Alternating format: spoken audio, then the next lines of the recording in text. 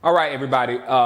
Last night I was, so into our pick or whatnot and the drama that unfolded or whatever that that Cleveland didn't bother me as much as it did this morning. When I woke up this morning, I was so upset with the decisions of the Cleveland Brown organization to go with Baker. And I'm not going to hate on Baker Mayfield, but going with Baker Mayfield number one and allowing Saquon Barkley to go to the New York Giants for us to have to deal with 2 times a year. It didn't make any sense whatsoever. When you have an elite running back like Saquon Barkley, you're not going to suck. Just like we're not going to suck as long as Zeke is healthy. As long as you're a healthy team with a healthy Saquon Barkley on your team, you're not going to suck. You're going to be a decent football team, even if you have nothing around you. You can ride that guy. So why would you say, oh, no, we don't need him? And it was almost like a conspiracy, like no one even considered, oh, no, Cleveland can't take Saquon Barkley. They have to take a quarterback. They got to get a quarterback. Cleveland, when you're number one, you got to get a quarterback. It's so stupid that if you get Saquon Barkley, then you can come around in that 4th pick and get whatever quarterback is left of those 4. You'll have your choice for at least 3 or 2 of them, and probably Baker Mayfield. And you could couple Baker Mayfield with a monster running back, and then you would own that division. Then you would own a division that's dying. All the other teams are dying. You would own that division. But no, they picked Baker Mayfield, give him an average running game so they can put all the pressure on that. Not only do you have the number 1 pick, you put the pressure on him being the number 1 overall pick. You put the pressure on him now by giving him an average running game. And then after you put the pressure on him like that, you had the opportunity to have Myles Garrett and Bradley Chubb, and then you get a 5'10" corner. Again, the problem with Baker Mayfield and Denzel Ward at number 5 in the top 5 picks is the physical stature. That box they don't check. I heard Troy Aikman. You can't take away from, and I'm not going to hate on Baker Mayfield for being 6 foot. You can't hate on him for being 6 foot, but you can't check the box that he got height. The same thing with Denzel Ward. You can't take anything away from him because he's 5'10", but you can't check the box that he got height.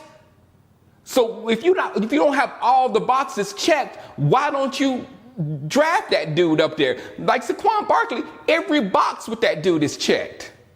Same thing with Chubb. Every box with Chubb is checked.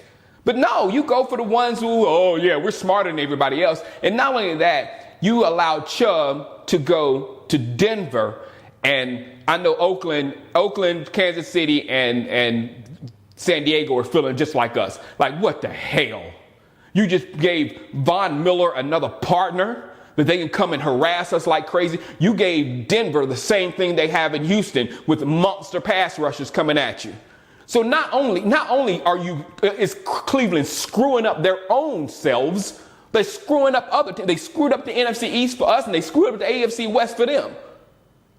And they could, and the only thing that is I can't wait to see is Lamar Jackson. Cleveland also could have got Saquon Barkley. Remember I said this. They could have got Saquon Barkley, either if you really wanted Denzel Ward up there, or Bradley Chubb, or another quarterback, but you could have got one of those 2 guys, then came back around because you got 2 early picks in the 2nd round. You could have easily jumped 1 pick and got Lamar Jackson at number 32 and ran over people with Lamar Jackson, Saquon Barkley, and another stud from from that draft. They could have had that. But thankfully, and I tell you, I give props to organizations.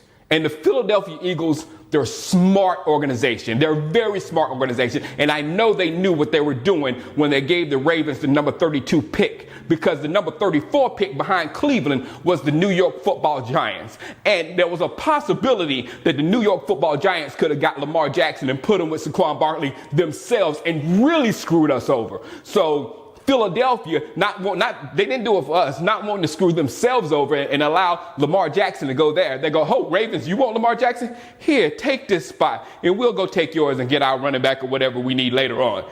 That's what they did. So Cleveland was just like, not only were they screwing themselves up, they were creating chaos throughout the league. Get them out of here. They don't deserve it. And anybody that says, I just don't get it. Anybody that says you don't supposed to take a running back that early, okay. But if you have another pick where you can get a quarterback right after him, you do it because your bottom will be what the damn Rams got out here with a horse running back and a quarterback that is elite, a top 5 quarterback.